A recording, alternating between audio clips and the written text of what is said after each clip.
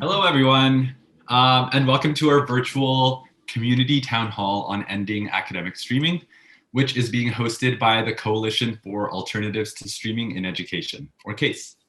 We're really excited to have all of you here tonight and to discuss the important topic of de-streaming.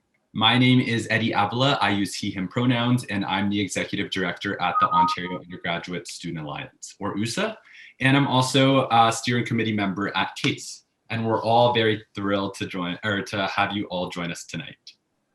Before we begin tonight, I want to take a moment to recognize those who aren't able to gather here today.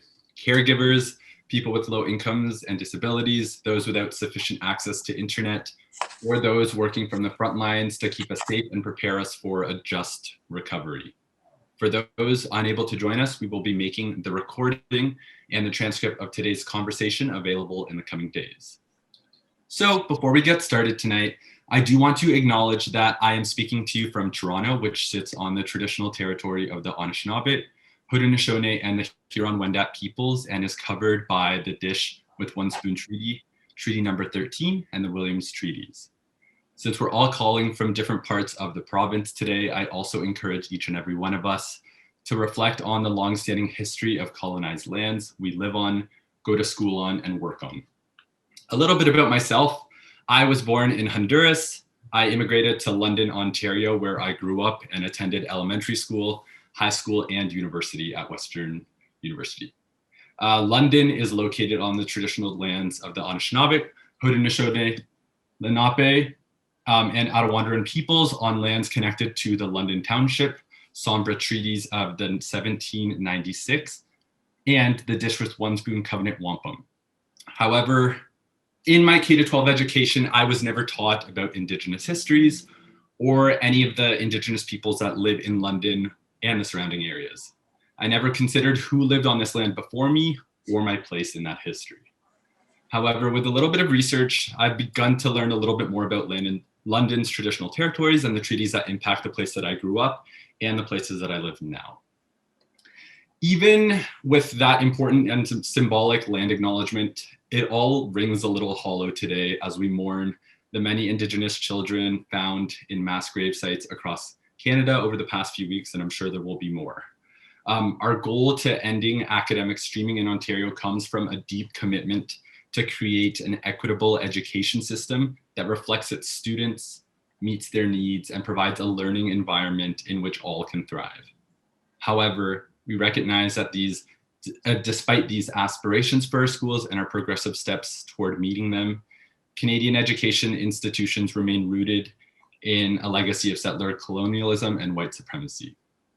Such systems shape how marginalized students experience schooling, how they are perceived as learners, and are subsequently streamed throughout their school life. Systemic racism, classism, and ableism disrupt the success and the career opportunities of many students, particularly those who are Indigenous, Black, racialized, low income, and have a disability. As made evident in the aftermath of the residential school system, this leaves lasting and harmful impacts on communities for generations to come. As part of our collective work toward reconciliation and honoring our obligations to these treaties and justice for Indigenous peoples, we are conscious of the urgent need to implement the calls to action from the Truth and Reconciliation Commission. We've added a link to the 94 calls to action in the chat for you to reflect on in your own communities. I also wanted to acknowledge the senseless murder of the Upsall family in London, Ontario. During this time of grief, we're thinking deeply of the Upsall's friends, communities, and their surviving 9-year-old son, Fayaz. Both these instances are symptomatic of white supremacy. CASE is committed to continuing to fight against anti-Muslim hate, white supremacist ideology, and the racism that took the lives of the Afzal family and many of others in the Muslim, Indigenous, and Black communities. We've also dropped 3 resources in the chat for anyone in communities that may need them. We take this time to honor these that we have lost and also hold ourselves accountable to build an education system that prioritizes teaching, practices inclusivity and equity to create a better society.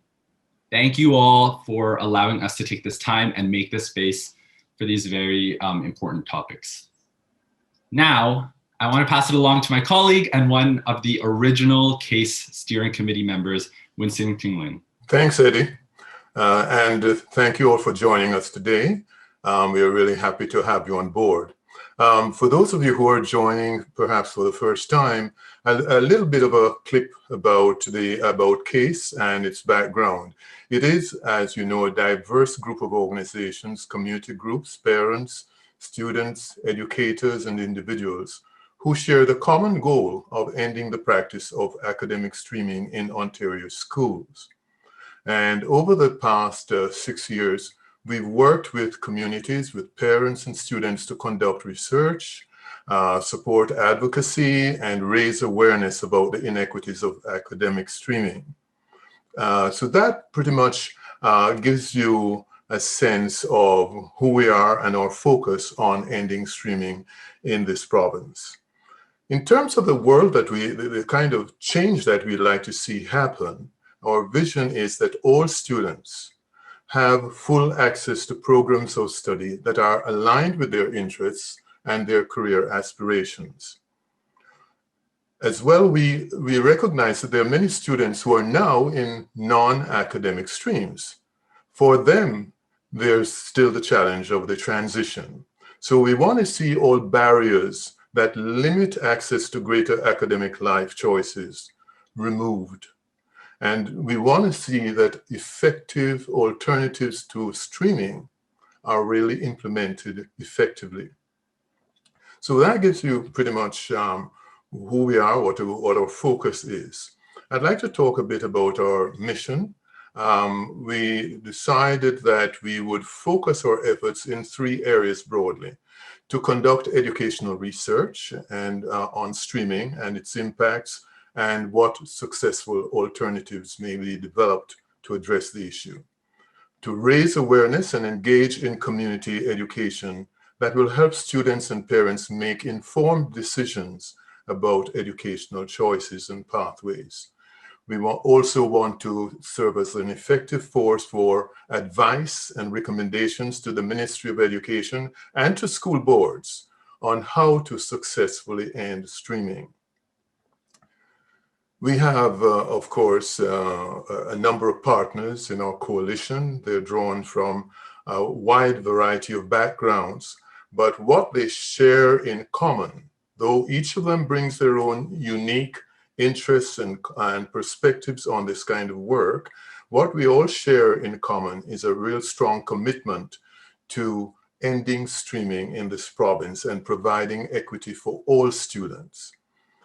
Our community partners and individuals who are new to us, we welcome them, and we are always open to having new members. So later on during this session, we will be providing some more information about how you and your organization can get more involved in the work that's going forward. Now, I'll briefly touch on some of the highlights in the last 6 or 7 years that we've been in operation. Time doesn't allow me to go into details, but I think it's enough to say that we got started back in 2013. Our focus initially was on employment mobility and how education, supportive education, would help students to achieve the things that they and the careers that they aspire to. And we named the organization at the time Supportive Education for Employment Mobility. Seems like a mouthful, but as we got deeper into the subject, we realized it needed to be much broader. And we shifted the focus to streaming because we saw that as at the very root of everything. And we've continued on that path since then. One of the things we're particularly pleased about in the work that was done and the many forums we had in the community over the period of time is the report that was released in 2017 that highlighted the issues that parents and students faced in trying to work in a system in which long-term choices have to be made before the student is even at a stage to appreciate what the implications of those choices are. And that's in effect what streaming forces, not disadvantages students who are particularly from communities that face racism on a daily basis. So we've looked at those issues. We've encouraged other kinds of research. We got support both from Trillium Foundation and from Laidlaw Foundation to reach out across communities and to develop resources that we have been able to use over a period of time. These include audiovisual materials that you can access on our website, as well as background information that you'll find very useful in filling in the details about streaming and what we need to do to change it. But we're still open to fresh ideas. And so the conversation we're going to have in our breakout sessions will be very important in moving us forward. We want to thank the Social Planning Toronto for the work they've done in helping us coordinate things over the several years. And now we are very pleased that Ryerson Leadership Lab, who took over since last year, have been doing an excellent job in coordinating much of our activity, and we thank them very sincerely for all the work that they've done. We have reached out to the province and to school boards. We've had meetings with people at the ministry, and we're pleased to see what the announcements that came out both last year in July and this year in terms of working on starting the de-streaming process with grade 9 maths. But there's a lot more to be done. And I think Sam is going to give you more details about it. So let me hand over to Sam Andre, who is from Ryerson Leadership Lab. He's the director of the lab. And Sam, please take us on. Thanks so much, Winston.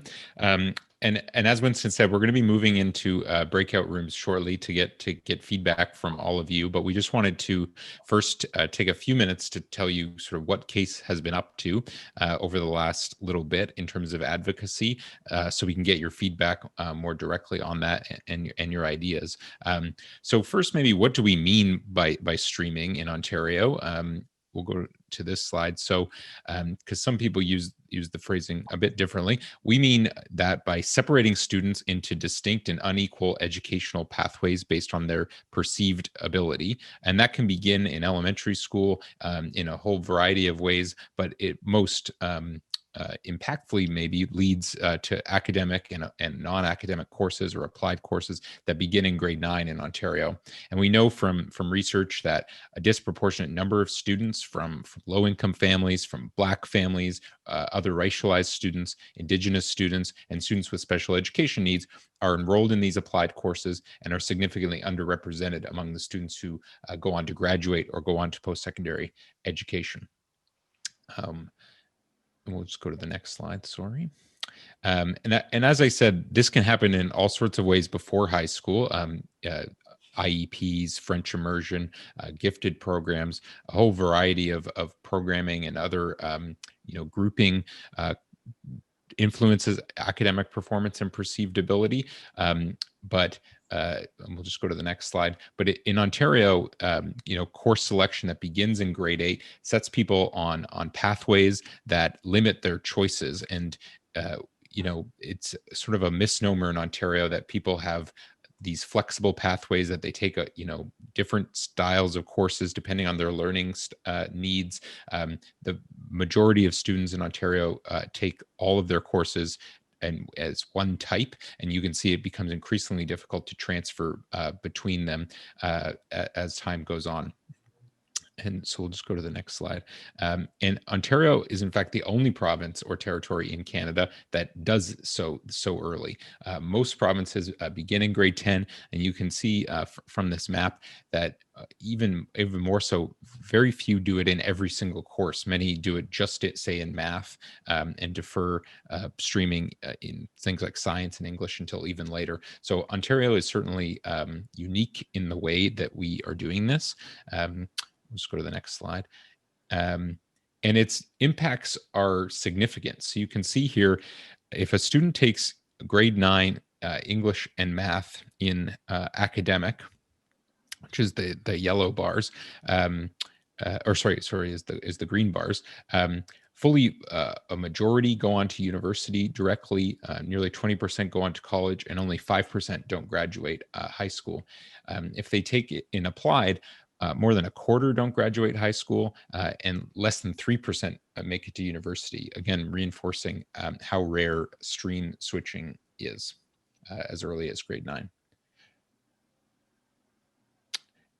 Fortunately, though, as Winston mentioned, there has been some progress. So the Ministry of Education last week released the de-streamed math curriculum that will provide only one type of course for math in grade 9.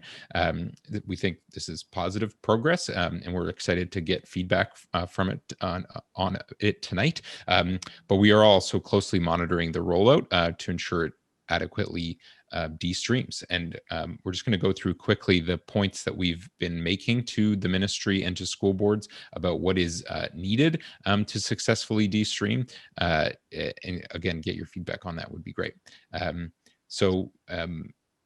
maybe just going to skip in the interest of time, Raisa, these slides. The new math curriculum is worth checking out, but we maybe just go to the next slide. But we did release a statement last week saying, while we think that the new curriculum is a positive step forward, there's still a number of things needed. So we said anti-racism and anti-oppression and professional development training for school staff, educators, and administrators. Meaningful engagement with the community to facilitate identity-based data collection, things like race and ethnicity, that will allow for ongoing monitoring and evaluation of this initiative at the school board level. Greater investment in resources that provide appropriate support and recovery programs, and then an expansion of this de-streaming initiative to at minimum include all core courses in grades 9 and 10. So maybe just go to the next slides.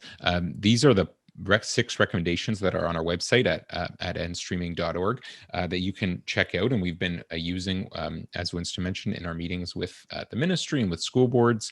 But we'll just go to them. So the first is around class size. So we think, especially with the increase in average class sizes from 22 to 23, that there's a risk that grade 9 de-stream courses actually increase overall class sizes.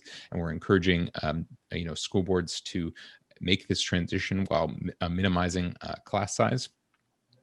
The second is around learning support. So we think some federal pandemic money was invested, fortunately, in some learning supports from grade 8 to grade 9, but we think a lot more is needed in terms of a bridging program, resource teachers, special education resources for students with significant learning gaps.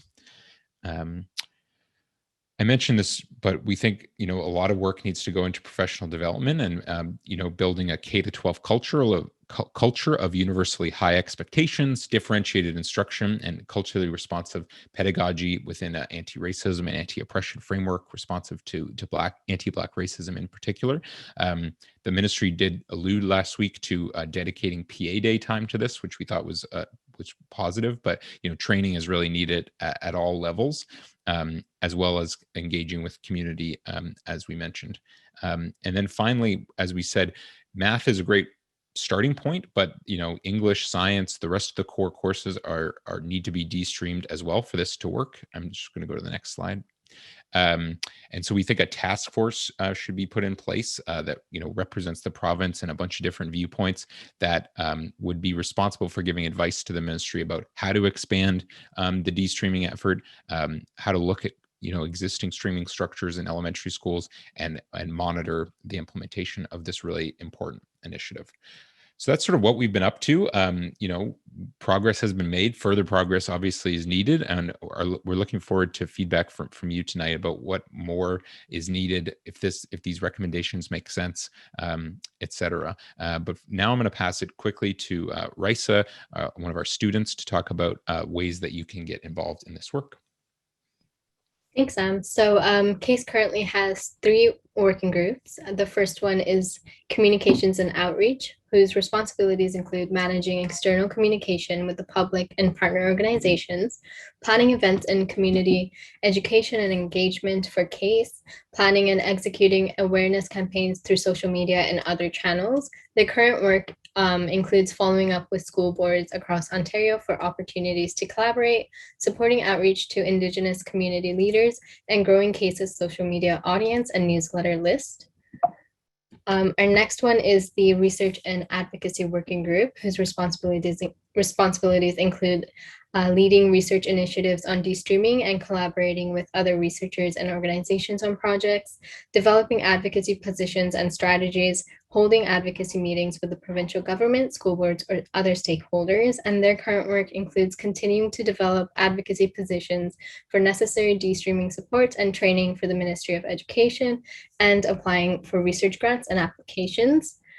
We're very happy to announce that we have a new student and youth working group whose responsibilities will include creating and sharing resources with student or peer networks, connecting with students and young people, and showcasing the work that CASE does, attending monthly meetings, and expanding the student and youth working group. Their current work is recruiting youth for the working group, setting summer project agenda, and supporting course selection advocacy. If you'd like to get involved in a working group, we're going to put a Google form into the chat right now, and it will allow you to indicate which working group you're interested in joining. All right. Thank you, Winston, Sam, and Raisa. So we get to the fun part, the nitty-gritty of this town hall. So at this time, we would like to group everyone into breakout rooms for about 15 to 20 minutes, where we will be discussing the following question. So in your opinion, what is needed to end streaming in Ontario? So as mentioned before, we'll be doing a little bit of a debrief. I think for any of the facilitators, start kind of consolidating what you think your group has said within the breakout session. But yeah, does anybody want to start us off from one of the breakout sessions to hear a little bit about what you folks talked about? I'll go ahead and I'll start. That's okay? Yeah. Okay. So we had a fantastic breakout session. What we kind of described was we described the collective will that's necessary to end streaming in Ontario. We mentioned that there was this positive signs that that the government is going ahead with the de-streaming of grade 9 math. So there's some positive news in there, but there's also different types of layers involved. So for instance, we need to focus on the informal ways of streaming was something that we had mentioned in our group, and the role that certain actors play, for instance, guidance counselors as those gatekeepers that need to be looked at, who play a role in streaming students.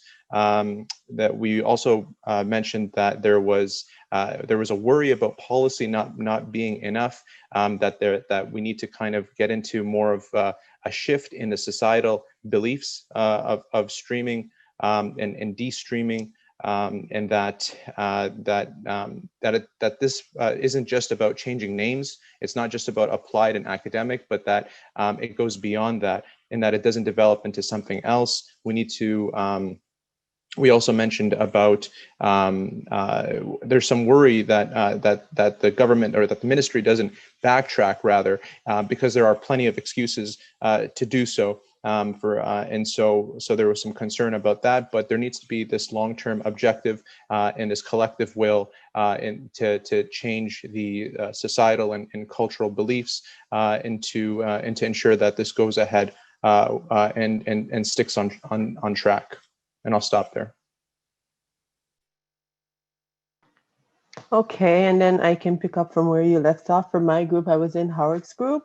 So our group, we thought that having math de-streamed was a good start, but the worry was in that smaller schools, you might have math still being streamed as there are other subjects that are currently being streamed. So we think that a fix of all subjects sooner rather than later would be very helpful, even though math is a good start. In terms of class sizes too, when it comes on to even math class, the amount of students in a class can be anywhere between 30 to 35, especially in a grade 9 classroom, and that can be overwhelming for students. So having smaller class sizes too would help with that. Another thing that came up was one person talked about, or a couple of people talked about having a thinking classroom. So that's where students contribute to the learning versus just the teachers teaching the curriculum. And the recommendation is to have more teachers, especially on PA days, to build their capacity in what a learning classroom should look like and could be ran so it could be board wide. There was also talk of celebrating students' effort and also making the classroom a place where mistakes are welcome because that's how people learn. And also for teachers on a whole or educators to have high expectations for all students, not just some, and all students should be treated as capable learners.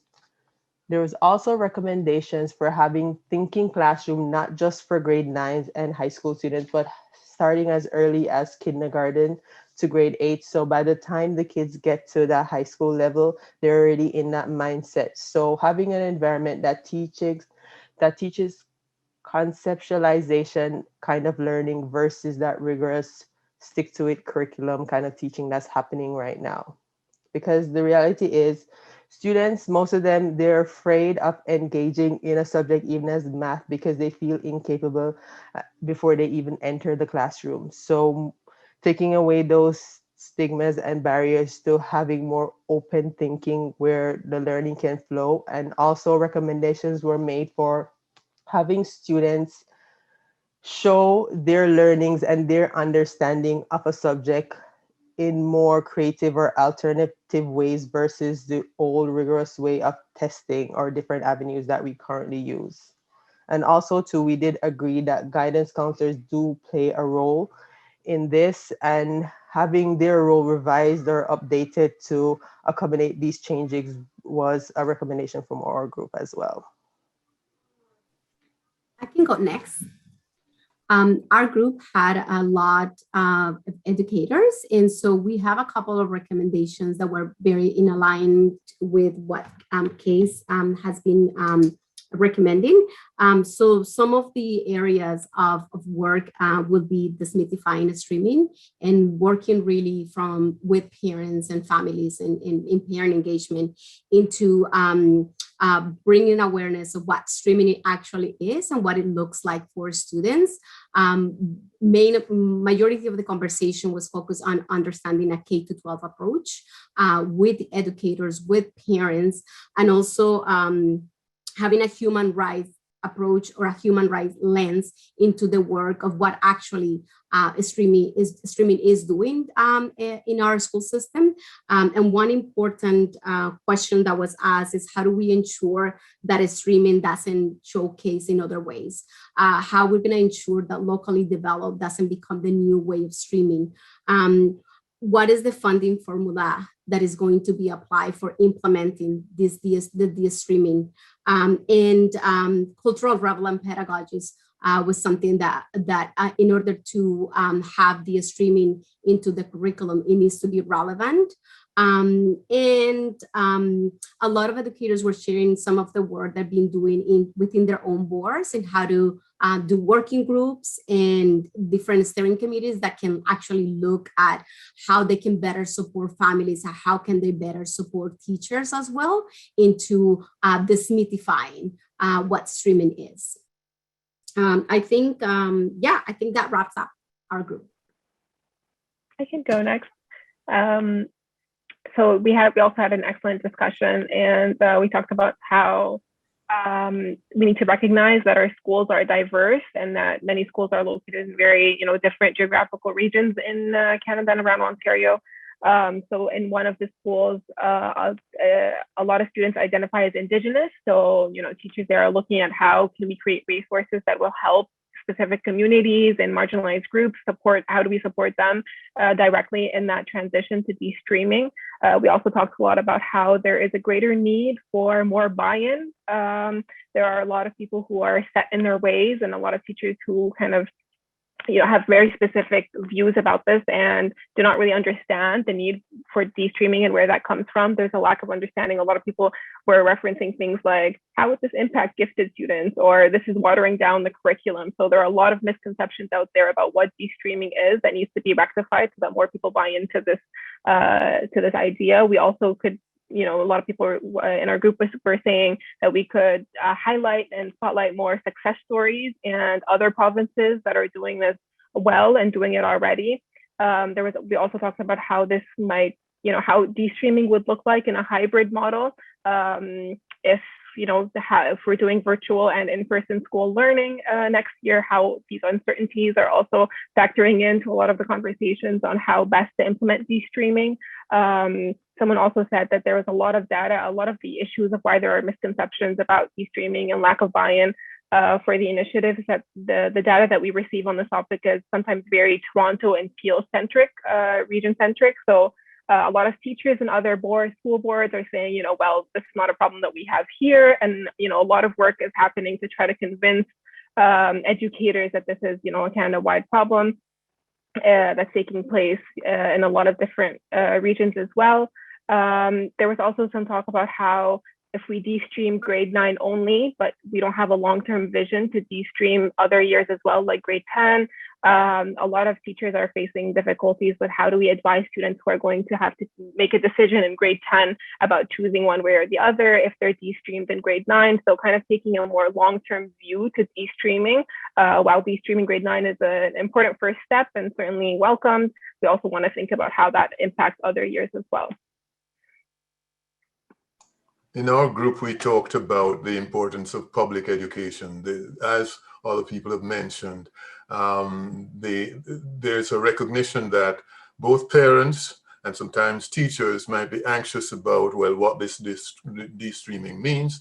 And there are, as other people have said, misconceptions out there about what's involved. So public education is very important. It was suggestions along those lines were that if we have what you might consider as intentional staffing, where you, so to speak, model the changes that are needed in the grade 9 course, so that the teachers who are enthused about it can get the opportunity to provide some leadership in those areas, as well as looking at, there was a recognition that the maths, again, something raised by other people previously, that you can't do maths in the old traditional way. You need some fresh approaches that make it more accessible, both to students, to parents to understand. It has to be seen as very much related to key life skills, and students can make the transference and the connection with the things that they have to do on a real life basis. There was also the point that political will is important, that if this thing could peter out, if, for example, with a change of government, you have the next government does not support it to the same extent or pulls back, then we're pretty much back to a situation that we've had previously with attempts to de-stream the curriculum. We talked about the need to keep reaching out, get more information to and supports to teachers to give them the things that they need, the resources they need to be able to make a success of this. And I think we more or less, that more or less wraps it up. Thank you. I can go next. I won't repeat some of the great points made earlier by our fantastic group, but maybe just for in sake of time, the message we really heard was that the curriculum is sort of secondary, and the resources are even not the most important thing, but the most important thing is changing hearts and minds, and a really deep understanding and a lot of learning to do on the part of lots of folks in the school system. Just a couple of things mentioned that I haven't heard yet is about more diversity in the teaching profession itself being important, diversity in the learning resources, and also making sure that this training and changing culture reaches back to the teaching preparation programs, the teachers' colleges, and not just focused on the school system. Thanks. Maybe I'll take a stab at it. I'm sorry, I had to reboot my computer, so I'm sorry if there's been some repetition, but I'll be brief with my group. They were very strategic and very insightful. So I think like the basic thesis of mine is kind of like what is the vision for our education system? I think there were some points about like the fact that we're still stuck in the old model, and even little nitty-gritty things like what textbook is going to be available in the fall is like some things that some educators are stuck on. And there was also a we highlighted the importance of the fundamental shift, and it can't just be on paper, it has to be on the ground. There was a conversation about how we bring more folks and a better understanding into kind of what de-streaming is. How do you do that one-on-one to educators and parents as opposed to just to the masses? Like, what do they really need to understand this shift? And also the idea of being stuck in performance still rather than kind of like learning outcomes in that education system. So again, just like that idea that we need to be a little bit more strategic. And then ultimately it led to like, if we do want to improve the education system, what basically comes first? Is it like de-streaming, or is it, do we envision a better education system first? So I think like a lot of very good insights as to like the need for an improved education system. Yeah, and I guess last but not least, we shared a lot of the points that have been mentioned here already, and I won't go over them again. Our group had a really interesting combination of perspectives in terms of having lots of former high school students from Ontario and also people with a lot of experience in school boards in Ontario. One thing that was emphasized that seemed to have also been emphasized in other groups was just the need to make sure that in the absence of streaming as it currently exists, to make sure that some other form of de facto streaming doesn't replace it, and being sensitive to situations where that might happen. So that was something that was emphasized in our conversation as well. All right. Thank you everyone for sharing. Has anybody not shared? I'm looking at some of the other organizers to see. I'd like to share. Okay. Just quickly, yes, I'll just wrap this up quickly. A few things that were shared in my group. One was just recognizing that inequity in education starts from a young age, and we really need to be focusing on when students first enter the classroom in kindergarten. We also spoke about the fact that if you have high expectations, there's research that shows that the students will reach those expectations. So it's about having them high. We asked the question about what role textbook creators play in this change that we're going through, and whether they can include more universal design strategies in their textbooks to help teachers and make it easier for them.